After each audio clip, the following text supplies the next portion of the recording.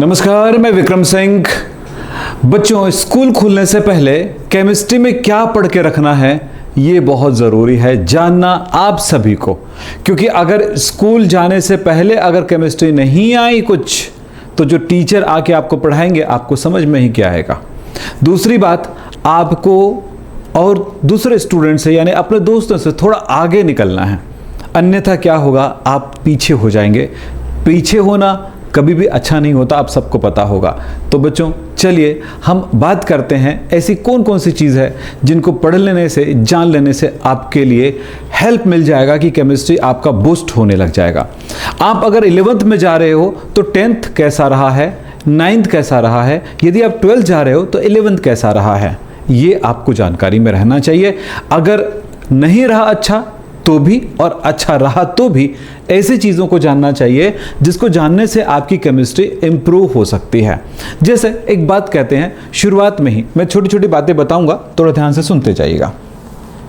सबसे पहली बात तो ये जानो कि केमिस्ट्री में क्या है जो आपको हमेशा हमेशा याद रहना चाहिए, समझना चाहिए। देखो बेटा कि केमिस्ट्री में एक बात है कि हम एटम के बारे में जाने, परमाणु के बारे में जाने, परमाणु में कौन कौन से पार्टिकल्स होते हैं ये जाने, और वो किस तरह से अरेंज रहते हैं वो जानिए। और उसमें कोश जिसको हम कहते हैं ऑर्बिटल या ऑर्बिटल, और इसी तरह से हम कहते हैं ऑर्बिट मतलब एनर्जी लेवल, वो जानना ज़रूरी है कि कौन कौन से होते हैं, जानना ज़रूरी है।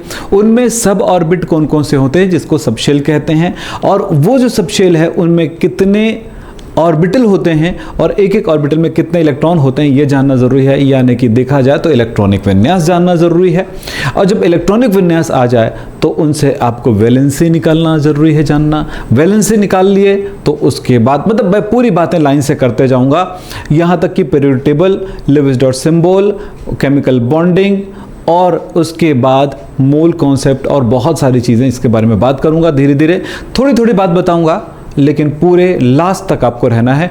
अगर आप लास्ट तक रहोगे तब मैं आपको पूरी बातें समझा पाऊंगा, अन्यथा क्या है, आप आए छोड़ दिए चले गए, ऐसे में नहीं होगा पढ़ाई। यानी एक केमिस्ट्री पढ़ने वाले बच्चे को ये पता होना चाहिए कि क्या क्या ऐसी चीज़ें हैं जो आपकी केमिस्ट्री को इम्प्रूव करेगी, इसको जानना ज़रूरी है। और जानते हो तो भी और नहीं जानते हो तो भी। यानी अब एक बात और बोल दूं, ये सब तो बताऊंगा ही, बहुत बड़ी बात आता है बच्चों के साथ कि सर हमें न्यूमेरिकल बनाने नहीं आता है, ये भी आपका सॉल्व हो जाएगा। आप बहुत सारे बच्चे बोलते हैं सर हमें केमिस्ट्री में रिएक्शन समझ में नहीं आते हैं, ये भी प्रॉब्लम सॉल्व हो जाएगा। बहुत सारे बच्चे बोलते हैं कि सर फॉर्मूला नहीं आता है, तो भाई यही सब तो है केमिस्ट्री। जब आप सीखोगे तब तो आप जानोगे ना, और इसके लिए पूरा लंबा साल भर का प्रोसेस होता है किसी भी बात को सीखने और समझने के लिए। लेकिन यदि आप इस प्रोसेस से नहीं गुजरना चाहते हो तो फिर प्रॉब्लम यह है कि आप फिर सीखोगे कैसे। एक मैथ्स पढ़ने वाला या गणित पढ़ने वाले बच्चे को मैं जानता हूं कि वो मैथ्स में लाइन से सीखते सीखते सीखते सीखते आगे बढ़ते जाता है, और वो आराम से किसी भी क्वेश्चंस को दोगे तो वो सॉल्व कर लेता है। लेकिन मैं केमिस्ट्री में ऐसे भी बच्चों को जानता हूं जो इस तरह के सॉल्व नहीं कर पाते हैं। तो क्या आप उन्हीं बच्चों में से हो जिनको केमिस्ट्री सॉल्व करने में, रिएक्शन बनाने में, फॉर्मूला बनाने में या याद रखने में प्रॉब्लम होती है? फिजिकल केमिस्ट्री में, इनऑर्गेनिक केमिस्ट्री में, ऑर्गेनिक केमिस्ट्री में? तो भाई ये प्रॉब्लम हम पहले दूर कर लेंगे। पहले समझें कि किन बातों से स्टार्ट करें और किन बातों तक पहुंचें। मैं एक बात ही बोलूँगा छोटा सा, जो आपने मोबाइल पकड़ा है जिससे आप मुझे देख रहे हो, ये भी स्टार्ट होता है आपको इलेक्ट्रॉन, प्रोटॉन, न्यूट्रॉन यानी कि परमाणु से, एटम से।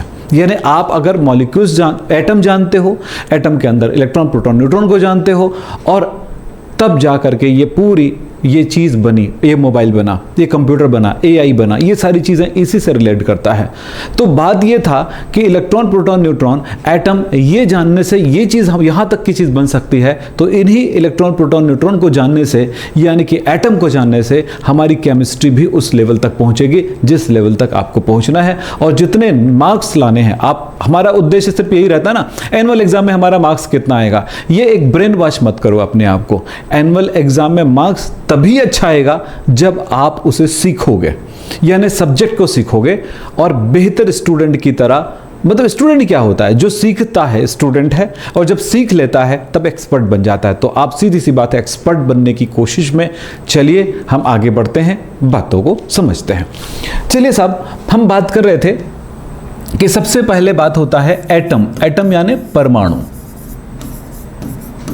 परमाणु, हम परमाणु की संरचना के बारे में बात करते हैं तो हर बच्चे को पता है भाई, हर बच्चे को पता है परमाणु में एक नाभिक होता है जिसमें प्रोटॉन और न्यूट्रॉन होते हैं। 3 पार्टिकल से बना होता है, प्रोटॉन, न्यूट्रॉन और इलेक्ट्रॉन से बना होता है परमाणु। तो प्रोटॉन और न्यूट्रॉन न्यूक्लियस में पाई जाती है, यानी कि प्रोटॉन और न्यूट्रॉन का एक मोतीचूर का लड्डू जैसा होता है स्ट्रक्चर, वो होगा, यानी कि बूंदियों से बना हुआ एक लड्डू होता है।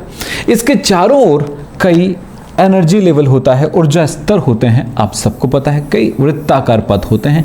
ये चीज़ें छोटी मोटी बात हो जाती है एक केमिस्ट्री वाले बच्चों के लिए, लेकिन ये भी बहुत ज़रूरी है। इनको हम कहते हैं ऑर्बिट या कक्ष। में इसको क्या क्या कहते हैं आपको पता है ना? कक्ष कहते हैं, ऑर्बिट कहते हैं, ऑर्बिट, या फिर हम इसको कहते हैं कोश कह सकते हैं, कोश भी कहते हैं, यानी कि इंग्लिश में बोले तो शेल बोलते हैं, या फिर क्या बोल सकते हैं, इसको ऊर्जा स्तर बोलते हैं,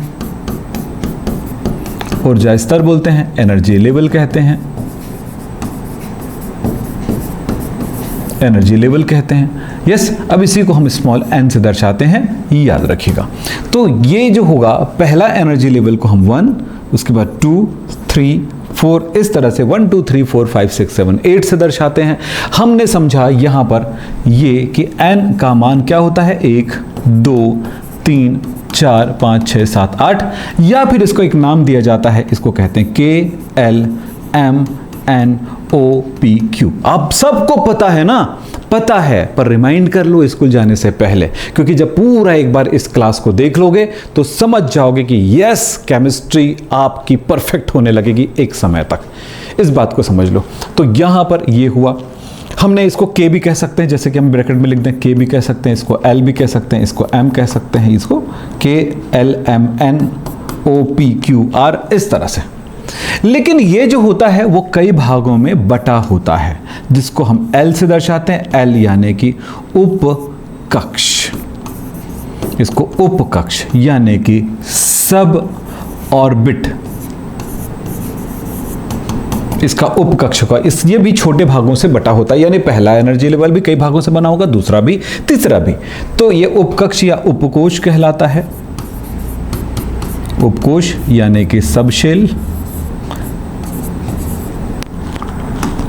यानी कि क्या कहलाएगा, सब शेल कहलाएगा।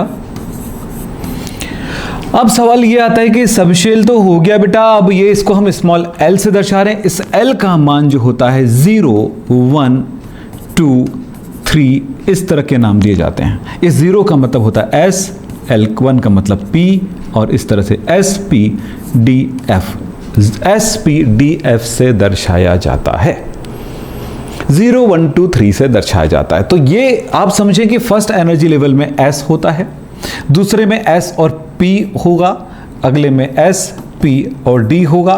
याद रखना, ये आगे पीछे ऊपर से नीचे जैसा भी लिखना चाहो, S और P होगा। इसमें क्या होगा, इसमें क्या होगा, S, P, D, F होगा।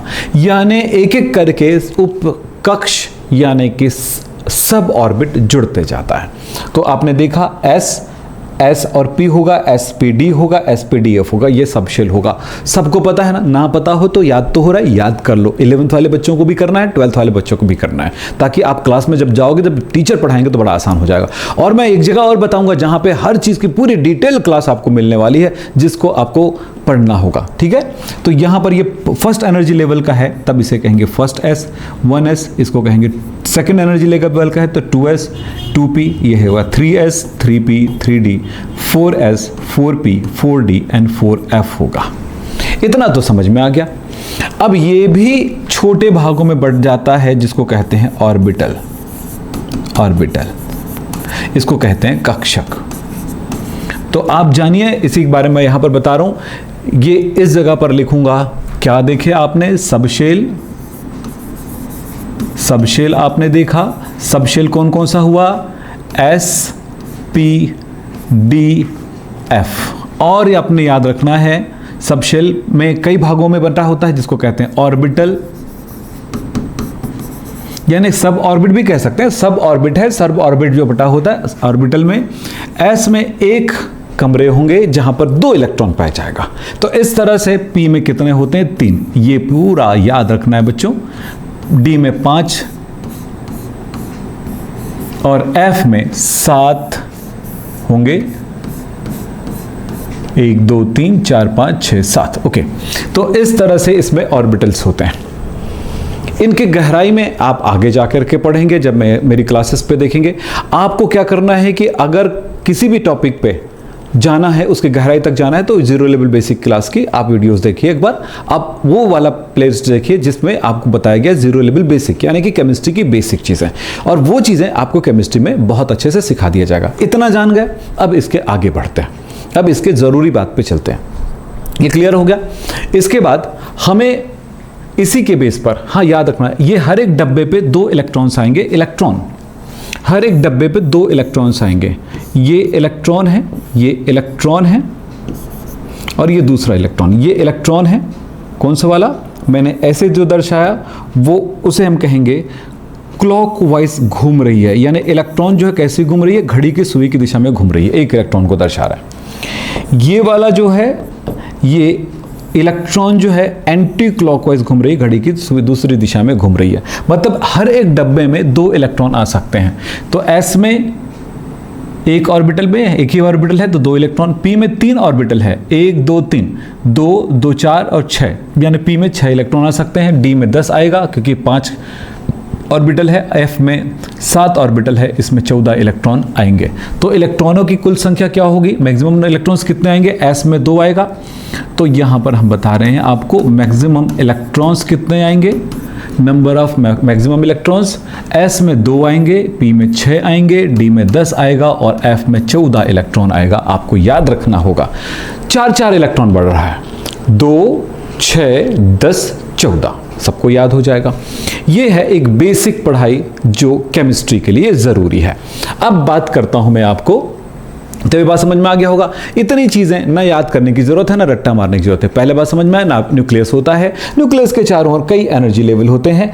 ये एनर्जी लेवल को 1 2 3 4 5 या KLMN से दर्शाते हैं। पहले एनर्जी लेवल में सब शेल S होता है, दूसरे में S और P होता है। तो ऐसे कहते हैं 1S 2S 2P 3S 3P 3D, ऐसे करके एक बढ़ते जाता है। और अभी तक बड़े से बड़ा एटम जो प्राप्त हुआ है, यानी परमाणु प्राप्त हुआ है, उसमें SPDF से ज़्यादा, F से ज़्यादा कोई सब शेल हुआ ही नहीं है। तो अपने को अपनी इस सीमा तक बने रहना है। कहाँ तक का? F तक का। अब ये तो हो गया। इसके बाद बात होती है कि आप याद रखेंगे कि इस सब शेल में S एक भाग से बना होता है, P एक ऑर्बिटल से, P 3 ऑर्बिटल से, D 5 और F 7। 2 बढ़ रहा है, 1 3 5 7, 1 3 5 7, 2 बढ़ रहा है। और हर एक ऑर्बिटल में 2 इलेक्ट्रॉन होते हैं, हो सकते हैं, अधिकतम भर सकता है। तो इस तरह से S में 2 भरेगा, P में 6 भरेगा, D में 10 भरेगा और F में 14 भरेगा। ये एक बेसिक जानकारी आपकी हो जाती है। मैंने यहाँ पर एटम का स्ट्रक्चर आपको बताया। इसी एटम के स्ट्रक्चर के बाद हम दूसरा कदम उठाते हैं, वो है इलेक्ट्रॉनिक विन्यास। मैं आपको अब बताता हूँ इलेक्ट्रॉनिक विन्यास कैसे बनाएंगे। इससे पहले अफबाउ ग्राफ, अफबाउ प्रिंसिपल,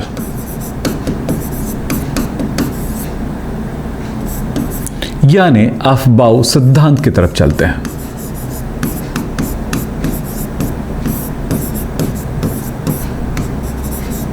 बहुत आसान है समझना। अफबाउ सिद्धांत से आप क्या पता लगा सकोगे? इस सिद्धांत के आधार पर आप इलेक्ट्रॉनिक विन्यास बना सकोगे। क्या कर पाओगे? इलेक्ट्रॉनिक विन्यास बना सकोगे।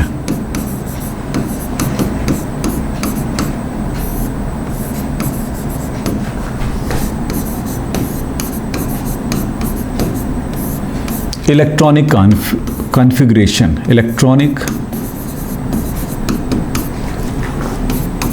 कॉन्फ़िगरेशन, इलेक्ट्रॉनिक कॉन्फ़िगरेशन कर पाएंगे। अब इलेक्ट्रॉनिक कॉन्फ़िगरेशन कैसे किया जाता है? अगर आप ये समझ गए तो आपको याद हो गया S 1S 2S 2P 3S 3P 3D 4S 4P 4D 4F, ऐसे करके आपको याद हो गया। वही बात हम यहां पर एक ग्राफ के थ्रू समझते हैं। आप समझिए, पहले एनर्जी लेवल में है 1S, तो हमने देखा, यहां पर बाद में लिख लेंगे इसको, चलो यहीं से समझाते हैं। 1S, दूसरे एनर्जी लेवल में 2S और 2P है, तीसरे एनर्जी लेवल में 3S और 3P है और 3D है, एक एक बढ़ते जा रहा है। अगले में 4S 4P 4D and 4F है। देखो ऐसे बढ़ाते जाना, एक सीध में आना चाहिए SS, फिर अगला आया P, PP एक सीध में आना चाहिए, DD एक सीध में आना चाहिए। ऐसे आप बना लो, अपनी कॉपी में नोट कर लो। फिर आएगा 5S 5P 5D 5F 6S 6P 6D 6F 7S 7P 7D 7F, 7 तक का। यहां 4 तक है, SPDF होता है ना 4 तक का। आप SPDF के बाद G भी लगा सकते हो, G के बाद H भी लगा सकते हो। जब अब एग्जिस्ट ही नहीं करता है, प्रकृति में है ही नहीं, तो क्यों लिखे हम? ये बात हमेशा ध्यान रखिएगा। तो ये हो गया। अब ये करने के बाद आपको समझ में आ चुका होगा। अब ये करने के बाद क्या करें, मैं इसको थोड़ा सा ऐसे गोला बना देता हूं बेटा, ताकि एकदम साफ सुथरा दिखाई दे। ये लीजिए, S पूरा S है, 1S 2S 2P ऐसे है। अब ऐसे मत लिखना 1S 2S 2P 3 है, ऐसे मत लिखना। फिर उसके बाद 2P ऐसे मत लिखना। पहले एनर्जी लेवल पहले में से ही है, दूसरा एनर्जी लेवल, तीसरा एनर्जी लेवल, चौथा, पांचवा, छठवां, सातवां। ये लीजिए,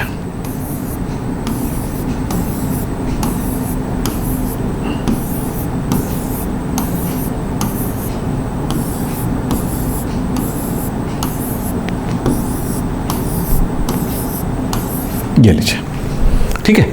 ऐसा आप बना सकते हैं, एक दो प्रैक्टिस करें, आराम से बन जाएगा। बहुत आसान से ये बना लेते हो। अब ये मुझे बताओ कि आप ये बनाए हो कभी 11th में, 10th में, 9th में कहीं बनाए हो, या 12th में भी? क्योंकि इसकी ज़रूरत पड़ती है और इसको नहीं बनाएंगे तो कुछ नहीं होने वाला। हम यहाँ पर अबोव सिद्धांत क्या है ये हम बताने की जगह पे हम इसकी ज़रूरत को हम महसूस करेंगे आज की क्लास में, क्योंकि ये बेसिक क्लास है। चलो ये बना लिए।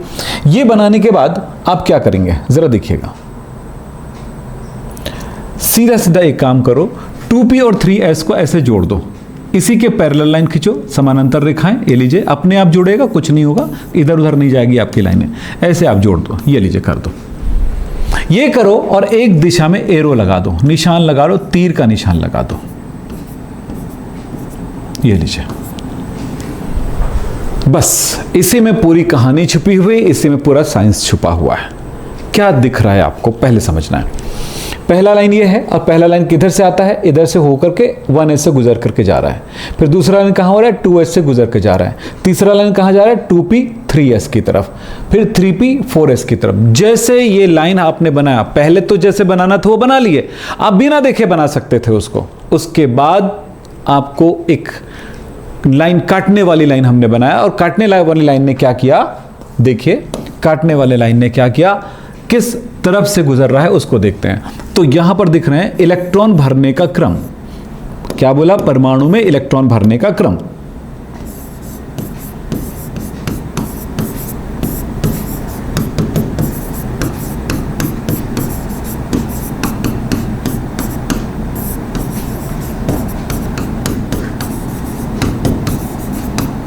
तो परमाणु में इलेक्ट्रॉन भरने का क्रम क्या है, बस इन लाइनों को फॉलो करिए। कहां से गुजरा, 1S से सबसे पहले, मैं यहां से लिख रहा हूं 1S से, कॉमा। फिर उसके बाद दूसरी लाइन में चलते हो, कहां से गुजरा, उधर से 2S से, 2S। फिर तीसरा 2P 3S, फिर इसके बाद 3P 4S। देखिए ऐसे नहीं जाना बेटा, ऐसा नहीं जाना, वैसा तो पहले भी बना चुके हो आप। लेकिन जो लाइन ये कह रही ना, नया वाला, मैंने कहा 2P और 3S को जोड़ करके लाइन बनेगा, उसकी पैरेलल बनाना है। जो भी बताया जा रहा है, अगर आप पीछे हो जा रहे हैं तो थोड़ा वीडियो पीछे करके फिर एक बार देख लो, आपको समझ में आ जाएगा। फिर अब कहाँ गया, 3S ये है। अब ये लाइन खत्म हो गया, देखो 2P से 3S, फिर इस लाइन में 3P 4S, 3P 4S। फिर उसके बाद देखो ये लाइन खत्म, ये वाला लाइन खत्म, फिर ये लाइन फिर यहां से स्टार्ट होगा 3D 4P 5S, 3D 4P 5s। इस तरह से ये क्रम लास्ट तक जा सकता है। अब आप जान चुके हो, आपको याद है, क्या याद है? याद है आपको कि S में 2 इलेक्ट्रॉन अधिक से अधिक भर सकता है, P में 6 भर सकता है, D में 10 भर सकता है और F में 14 भर सकता है। ये जो ऊपर नंबर लिखा हुआ है ना, इलेक्ट्रॉनों की संख्या को दिखा रहा है कि इसमें कितना इलेक्ट्रॉन भरा हुआ है। ऑर्बिटल का नाम कैसे होगा? 1s 2s 2p 3s ऐसा कुछ होगा। तो किस जगह का? तो यहां पर पता चले मान लो 5p लिखा है, इसका मतलब क्या होता है? 5वें एनर्जी लेवल का p ऑर्बिटल है। यस, अब देखते हैं इलेक्ट्रॉन भरने का क्रम। इतना तो समझ गए होगे, इतना आप बना सकते हो। अगर इतना बना लिए तो आपको इलेक्ट्रॉनिक विन्यास बनाने आ जाएगा। चलो आगे बढ़ते हैं। इलेक्ट्रॉन भरने के लिए इस ऑर्डर का प्रयोग करते हैं। अब मैं आपको बताना चाहूंगा, मैंने लिखा एक परमाणु है, एक तत्व है, एक एलिमेंट है जिसका परमाणु क्रमांक 15 है।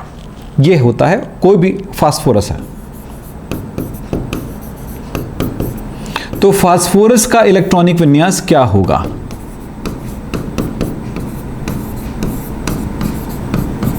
तो इसके लिए बड़ा सिंपल सा तरीका बताऊंगा।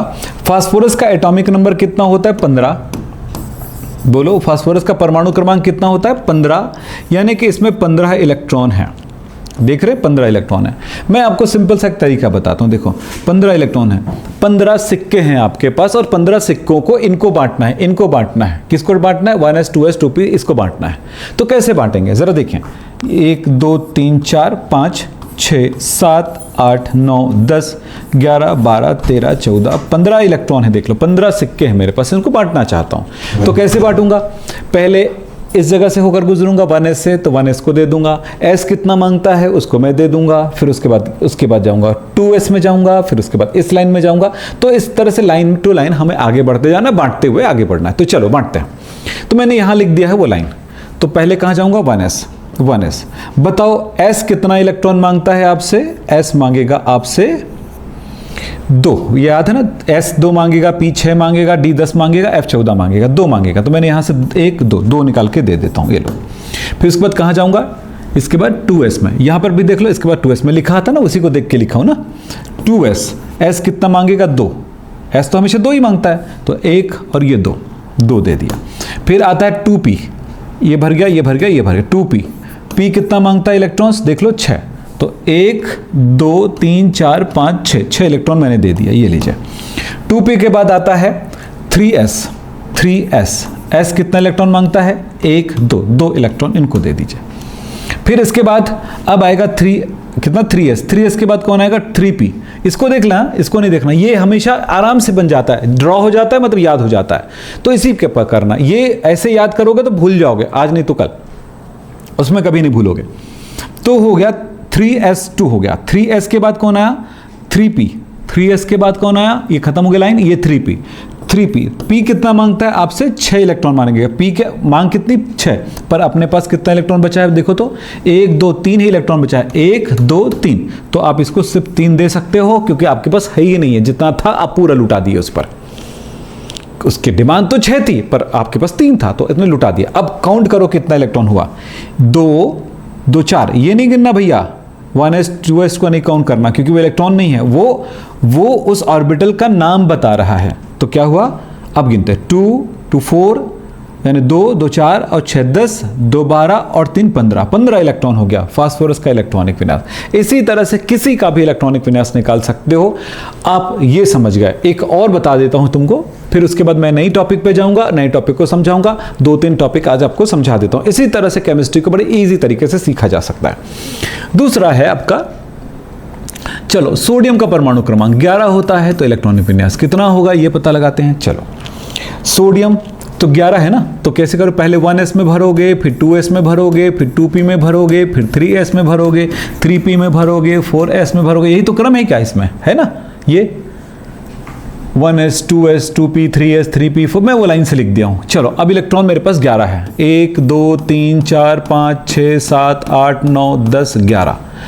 ये s कितना मांगता है बेटा? 2। ये लो, 1 2 दे दिया। s फिर आ गया 2s, s आया मतलब 2 मांगेगा, 2 दे दिया मैंने। ये लीजिए 2।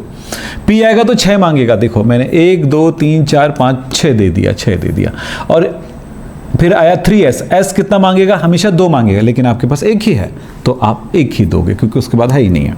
तो यही कहानी है, जब तक आपके पास इलेक्ट्रॉन है, भर सकता है तो पूरा भरोगे, अगर पूरा इलेक्ट्रॉन नहीं है तो क्या करोगे, उसे कम कर दोगे। यही तरीका है आपका इलेक्ट्रॉनिक वैलेंस बनाने का। अब आप खुद ही बना सकते हो, तो ये ज़रूरी नहीं है कि आप ऐसा गोला बनाओ, ये तो छोटे छोटे बच्चों को पढ़ाया जाता है। 1 2 3, 3 में 2 जोड़ो तो कितना होगा, तो 3 गोला बनाए और फिर उसके बाद 2 और जोड़ दिए। ये बच्चों का खेल है, हमने आपको सिखाने के लिए बच्चों का तरीका अपनाया। अब चलते हैं, फास्फोरस का बना लिए, इसका बना लिए, अब किसका दिखाएं आपको, चलो अब आपको नाइट्रोजन का इलेक्ट्रॉनिक वैलेंस बना के दिखाते। परमाणु क्रमांक 7, इलेक्ट्रॉनिक वैलेंस क्या होगा, 1s, s कितना मांगेगा, 2, 7 है ना, 2 मांगेगा, 2 दे दिए। 7 में 2 ही लेगा s हमेशा 2 ही लेता है। फिर इसके बाद 2s आएगा, 2s, s कितना मांगेगा, 2, आपने 2 दे दिया, 4 इलेक्ट्रॉन खर्च हो चुका है, अभी 3 बचा है, 7 में 4 खर्च हो चुका है। फिर आएगा 1s 2s, फिर 2p आएगा, p कितना मांगता है, 6, आपने 4 तो दे दिए, बांट दिए, अब बचा है 3, तो 6 मांग रहा है, फिर भी आप उसको कितना दे सकते हैं, 3 ही देंगे। अब काउंट करो, 2 2 4 और 3 7। इस तरह से इलेक्ट्रॉनिक वैलेंस बनाई जाती है। बड़ी से बड़ी इलेक्ट्रॉनिक वैलेंस आप बना सकते हो, ये आपने सीखा। अब दूसरी बात होता है बेटा कि आपको आवर्त सारणी यानी कि पीरियोडिक टेबल याद होना चाहिए। पीरियोडिक टेबल, अब ये पीरियोडिक टेबल क्या क्या मदद करेगा ये मैं आपको बताऊंगा थोड़ी देर में। हेलो, पीरियोडिक टेबल आपको बनाने आना चाहिए। तो आप समझना पीरियोडिक टेबल कैसे बना सकते हैं, मैं आपको ड्रॉ करके दिखाता हूं। और क्यों जरूरत है पीरियोडिक टेबल के पीछे भागना। अक्सर लोग बोलते हैं मेरे को पीरियोडिक टेबल आ गया, मेरे को केमिस्ट्री आ गया। ऐसा नहीं है, पीरियोडिक टेबल आपकी केमिस्ट्री की नींव है। अगर आप ये समझ जाते हैं पीरियोडिक टेबल ड्रॉ करना, पीरियोडिक टेबल में कौन कौन सा एलिमेंट्स है, उसका किस ग्रुप में वो एलिमेंट है और उस ग्रुप का क्या महत्व है, वो ग्रुप क्या क्या बताती है, वो संयोजकता बताएगा, अंतिम कोश में इलेक्ट्रॉन की संख्या बताएगा, लेविस डॉट सिंबल बताएगा, ये बहुत सारी जानकारी ये पीरियोडिक टेबल देता है। तो इन्हीं चीज़ों को हम अब समझते हैं। चलिए देखो, पीरियोडिक टेबल जब बनाना हो ना तो ऐसे कर लेना। ये देखो, ये देखो, ये 7 एक कॉलम बनाना और ये 7, 1 2 3 4 5 6 7, यानी कि 1 2 3 4 5 6 7, ये कर लेना। ये लीजिए, ये है। इस तरह से हम देखेंगे, इसको कहते हैं पीरियड्स। पीरियड्स यानी कि हिंदी में बोलते हैं तो आवर्त को देख रहे हैं, आवर्त है। क्या बोला, आवर्त। इधर ऐसे कॉलम बनेगा, ऐसे रो बनेगा, यानी कि पंक्ति बनेगी, इसको हम क्या कहेंगे, आवर्त कहेंगे। लेकिन जब अब इस तरह से देखते हैं ऐसे, ये पहला कॉलम जो है ये कहलाएगा। ऐसे जब हम देखते हैं तो ग्रुप कहलाता है। क्या कहलाता है, ऐसे देखते हैं तो ये ग्रुप कहलाता है। ग्रुप यानी कि समूह कहलाता है। 18 समूह को पढ़ेंगे। दूसरा ग्रुप जो है स्टार्ट होगा, दूसरे ग्रुप यहां से सेकंड आवर्त से स्टार्ट होगा। अब यहां तक नीचे तक ले आओ, ये लीजिए। फिर उसके बाद आएगा चौथा।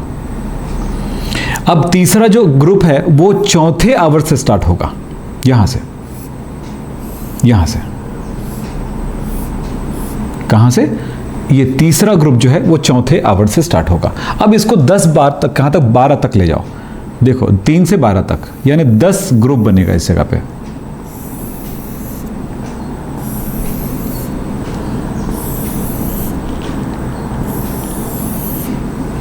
तीन 4 5 6 7 8 9 10 11 12, 1 2 3 4 5 6 7 8 9 10, 10 ग्रुप बना। तो ये हो गया, कहाँ 3 हो गया, 4 5 6 7 8 9 10 11 12। इस तरह से इस ग्रुप को बना सकते, 12 हो गया। तो देखें, आपने देखा इस तरफ 2 ग्रुप है और इस तरफ है 10 ग्रुप। तो ये जो 2 ग्रुप है यानी पहला और दूसरा ग्रुप, कहाँ से, पहला 1 से स्टार्ट हो रहा है फर्स्ट आवर से, दूसरा वाला स्टार्ट हो रहा है दूसरे आवर से, दूसरा पीरियड से, और तीसरा से लेकर के 12 तक चौथे आवर से चल रहा है। अब आपको आगे बताता हूं। फिर इसके बाद 2 ग्रुप ऊपर करना, ये लीजिए,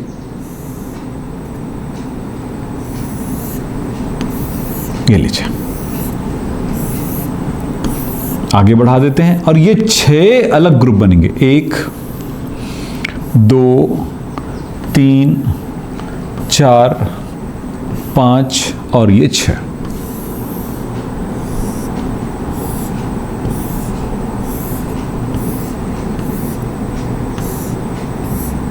ये लीजिए, 12 13 14, ये 6 ग्रुप है। 1 2 3 4 5 6, तो 12 13 14 15 16 17 18, इस तरह से 18 ग्रुप होते हैं। अब ये जानना जरूरी होता है कि ये पहला और दूसरा जो ग्रुप है ना, इस ग्रुप को कहा जाता है एस ब्लॉक एलिमेंट्स।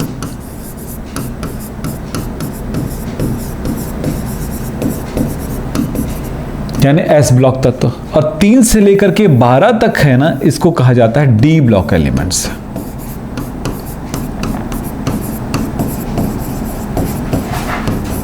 और ये 13 से लेकर के 18 तक का जो है, इसको कहा जाता है पी ब्लॉक एलिमेंट। स्मॉल में रहता ना, स्मॉल पी ब्लॉक एलिमेंट्स। अब यहां से और एक बात होती है कि इस ग्रुप के बाद ये 2 जगह से ये लेंथेनम तत्व होता है और ये एक्टिनियम एलिमेंट होता है। तो इन दोनों तत्व दोनों जगहों से, पहले लेंथेनम के बाद और दूसरा इनके बाद, आपको यहां पर इस तरह से 2 और सीरीज मिलेगा ऐसे, जिसमें 14 खाने होंगे। 1 2 3 4 5 6 7 8 9 10 11 12 13 और ये 14, इनको कहा जाता है एफ ब्लॉक एलिमेंट्स।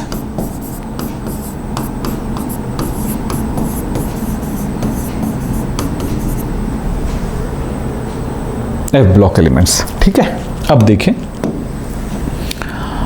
आपको मैं आगे जाके याद कराऊंगा, जब मेरे क्लास में आप आओगे तो क्या याद कराऊंगा, ग्रुप्स को कैसे याद किया जाता है, यानी पीरियड टेबल को कैसे भर सकते हैं। मैं आपको भर के दिखाता हूं, आपको जैसे मैं भर डालता हूं ना पूरे एलिमेंट्स को, वैसे आप फील कर सकते हैं, भर सकते हैं, जैसे मैं बताता हूं आपको। देखिए,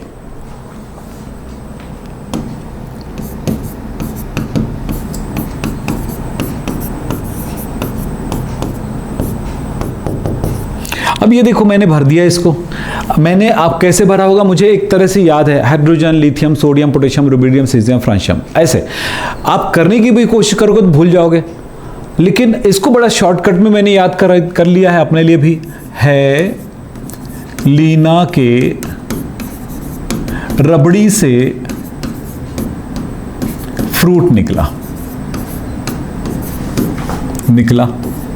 अब मैंने ऐसे अगर याद कर लिया तो क्या हुआ, है एच, लीना LINA, के रबड़ी RB, से CS, फ्रूट FR। इस तरह से देखो, ये पूरा का पूरा एलिमेंट आ गया। वैसे सारे ग्रुप को मैंने याद कर लिया है, वैसे आप याद करोगे।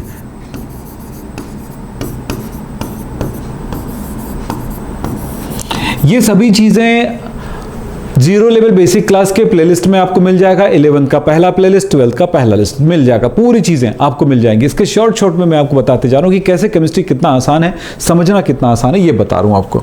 इसी तरह से मैं पूरा भरता हूं, देखिए, बस देख लीजिए, आज सीखना है उसको बताऊंगा।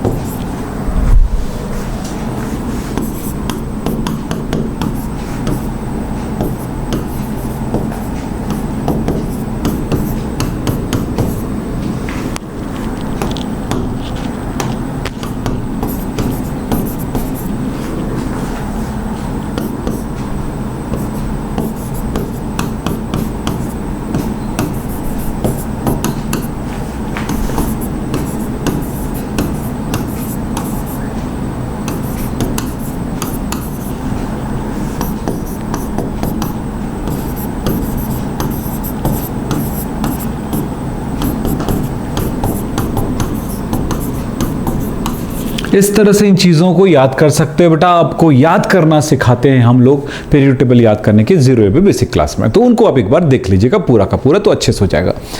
इससे क्या पता चलेगा, इससे देखिए S block element, P block element, D block element कौन कौन सा पता चल जाता है। आपको मजेदार बात बताता हूं, जितने भी एस ब्लॉक एलिमेंट में है और डी ब्लॉक एलिमेंट है और एफ ब्लॉक एलिमेंट है, जितने भी एलिमेंट मिलेंगे यहां पे, वो सारे तत्व जो होते हैं ना मेटल होते हैं।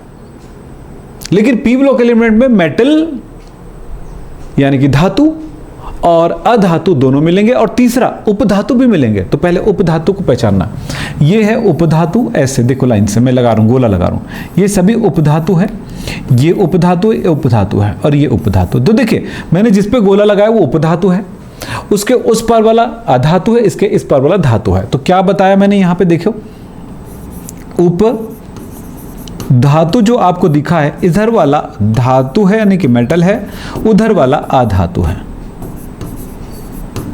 मेटल को तो जानते होंगे क्या होता है, जिसमें भी इलेक्ट्रिसिटी प्रवाहित होती है, जो एक विशेष प्रकार की चमक होता है, जिसको ठोकने पर खनक होता है, ठोकने पर चिपटता है, वो पिसता नहीं है, टूटता नहीं, क्रश नहीं होता, जबकि क्या होता है, ठोकने पर चिपटने लगता है। ये होता है धातु। तो ये देखें आपने धातु अधातु, इस तरह से देखें, इधर अधातु है तो इधर आने वाला सब धातु है। हाइड्रोजन धातु अधातु है और लिथियम भी अधातु। उसके बाद नीचे में चलें, ये अधातु नॉन मेटल, इधर मेटल और ये मेटलाइट, मेटलाइट यानी उपधातु।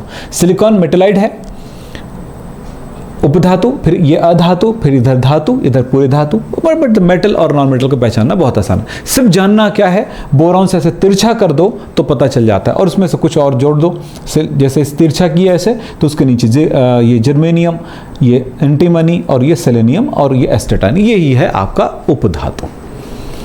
तो पीरियड टेबल इस तरह जानना है। अब केमिस्ट्री में मैंने कुछ जानकारी दिया, परमाणु, इलेक्ट्रॉनिक विन्यास और उसके बाद पीरियड टेबल। ये मैंने 3 चीज़ों का पैकेज मैंने शॉर्ट में आपको बताया है। अब इसी तरह से ये तो शॉर्ट ही हुआ, लेकिन इसकी पूरी गहराई जानना होता है केमिस्ट्री के लिए, और यही ट्रिक है केमिस्ट्री को पढ़ने का। एक और चीज़ बताता हूँ तुमको, यहाँ पे ध्यान देना। इस ग्रुप में जितने भी एलिमेंट होंगे, इसके अंतिम कोश में 1 इलेक्ट्रॉन होगा, इसके में 2 होगा, इसके में 3 होगा, इसमें 4 होगा, 5 होगा, ऐसे 8 तक बढ़ेगा। तो ग्रुप वाइज भी ये चीज समझना है, तो कितनी गहराई जरूरी है इसके बारे में आपको पता होगा। एक बात और कहना चाहूंगा, अगर आप मेरी क्लास के साथ जुड़ना चाहते हैं, क्रांति बैच आपके 11th के लिए, 12th के लिए, और कुछ बच्चे जो शिक्षक भर्ती के लिए पढ़ाई कर रहे हैं उनके लिए क्रांति बैच एक बहुत ही बेहतरीन बैच है, जिसके लिए आप हमें कॉल कर सकते हैं, जिसको चाहिए तो 9827497052 पर कॉल कर सकते हैं, और है 9644562030 पर हमें कॉल कर सकते हैं। एक पर ना काम नहीं किया, नंबर नहीं लगा तो दूसरे पर लग जाएगा। कभी कभार ऐसा होता है नेटवर्क प्रॉब्लम होने से, या उस टाइम नहीं हुआ तो बाद में भी कर सकते हैं, हमें पूछ सकते हैं कि कोर्स के बारे में पूछ सकते हैं। और हमारा जो फ्री में क्लास चल रहा है यूट्यूब पे, उसको भी ज्वाइन कर सकते हैं। ये तो रेगुलर चलता रहता है। यूट्यूब पे चलने वाली क्लास एक डिमांड बेस पर होता है, लेकिन पैड पर चलने वाली क्लास जो होती है आपकी ज़रूरत है, आपकी समझ है, आपकी प्रोग्रेस के लिए ज़रूरी है, आपके सक्सेस के लिए ज़रूरी है। तो इस तरह से हर एक क्लास अपने आप में महत्वपूर्ण है। अगर हमारे प्रीमियर क्लास के साथ आना चाहते हैं, बेहतर क्लास के साथ आना चाहते हैं जिससे आप सक्सेस हो सकें, इस साल आप टॉप करना चाहते हैं, तो वो भी कर सकते हैं। मैं आपको एक चीज़ दिखाना चाहता हूँ। आज मेरे एक पेपर, ये बच्चों का लिस्ट है, देखिए इसमें कितने बच्चे 99, 98, 90 ये निकला हुआ, ये हमारे पम्पलेट है यानी पोस्टर है। तो इसमें देखो 99, 98, 97, 95, ये 98, ऐसे बहुत सारे बच्चे। एक साल के रिजल्ट की ये हर एक साल रिजल्ट इस तरह से और इससे भी बेहतर आती है। तो जिस साल जो रिजल्ट आता है ऐसे पेपर बनाते हैं, हम इधर ही बंटवाते हैं, ठीक है, अपने आसपास। तो ये ऑफलाइन में बांटते हैं। तो ये आपको बता रहा हूँ कि अच्छे रिजल्ट तभी मिलेंगे जब आप हमारे साथ अच्छी तरह से जुड़ेंगे, अच्छी तरह से मेहनत करेंगे। आप अच्छी तरह से मेहनत करेंगे तब होगा। अगर अपनी मेहनत को सही दिशा में ले जाना है तो हम आपको देंगे सबसे बेहतरीन केमिस्ट्री की क्लास। तो हमारे साथ जुड़िए विक्रम सर हैप केमिस्ट्री के साथ। धन्यवाद। और हाँ, एक बार बात बोलूँगा, अपने दोस्तों को हमारी ये क्लास शेयर करिए और हमारी चैनल को सब्सक्राइब ज़रूर करें। और जब भी आपको क्लास अच्छी लगती है आप हमें लाइक ज़रूर करें, ताकि हमारी क्लास और आगे बढ़े और बहुत सारे बच्चों को मदद मिल सके अच्छी पढ़ाई की। तो आज की क्लास में समाप्त करते हैं। नमस्कार, धन्यवाद, थैंक यू।